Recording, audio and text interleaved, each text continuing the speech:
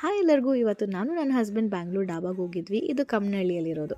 ತುಂಬ ಚೆನ್ನಾಗಿ ಇದೆ. ಈ ಆ್ಯಂಬಿಯನ್ಸ್ ಆಗಲಿ ನಿಮಗೆ ಸಖತ್ ಅಥಾಂಟಿಕ್ ಡಾಬಾ ಫೀಲ್ ಕೊಡುತ್ತೆ.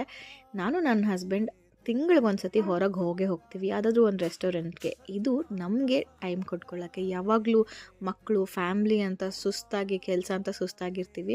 ಈ ಥರ ಒಂದು ಟೈಮ್ ಕೊಡೋದು ನಮ್ಮ ರಿಲೇಷನ್ಶಿಪ್ನ ಚೆನ್ನಾಗಿ ಬಿಲ್ಡ್ ಮಾಡುತ್ತೆ. ಮತ್ತು ಏನಿದ್ರು we only talk about us gossip ಆಗಿರಲಿ, ಏನೇ ಇರಲಿ ನಮ್ಮ ಬಗ್ಗೆ ಮಾತಾಡಿಕೊಂಡು it helps us to build the relationship better ಅಂತ ನಂಗೆ ಅನಿಸುತ್ತೆ. ಇಲ್ಲಿನ ಫುಡ್ ಕೇಳ್ತಿದ್ದೀರಾ, ಸಕ್ಕತ್ತಾಗಿತ್ತು. ನಾವು ಆರ್ಡ್ರ್ ಮಾಡಿರೋದು ಫಿಶ್ ಟಿಕ್ಕಾ ತಂದೂರಿ. ತುಂಬ ಚೆನ್ನಾಗಿತ್ತು, ಸಖತ್ತಾಗಿ ಕುಕ್ ಆಗಿತ್ತು. ಮಾತ್ರ ಬೆಣ್ಣೆ ಥರ ಕರ್ಗೋಗ್ತಿತ್ತು ಗುರು. ನಾನಂತೂ 5/5 ಕೊಡ್ತೀನಿ. It was so amazing.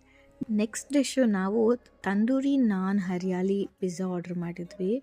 First time ಈ ಥರದೊಂದು ಪಿಜ್ಜಾ ತಿಂತಿರೋದು. Because this is not just normal base pizza. ಇದು ಬಂದು ತಂದೂರಿ ನಾನಲ್ಲಿ ಮಾಡಿರೋದು. It was extremely juicy, well cooked, ಸಕ್ಕತ್ತಾಗಿತ್ತು. This was just 5/5 food. ತುಂಬ ಇಷ್ಟ ಆಯಿತು ನನ್ನ ಹಸ್ಬೆಂಡ್ಗೂ ಅಷ್ಟೇ.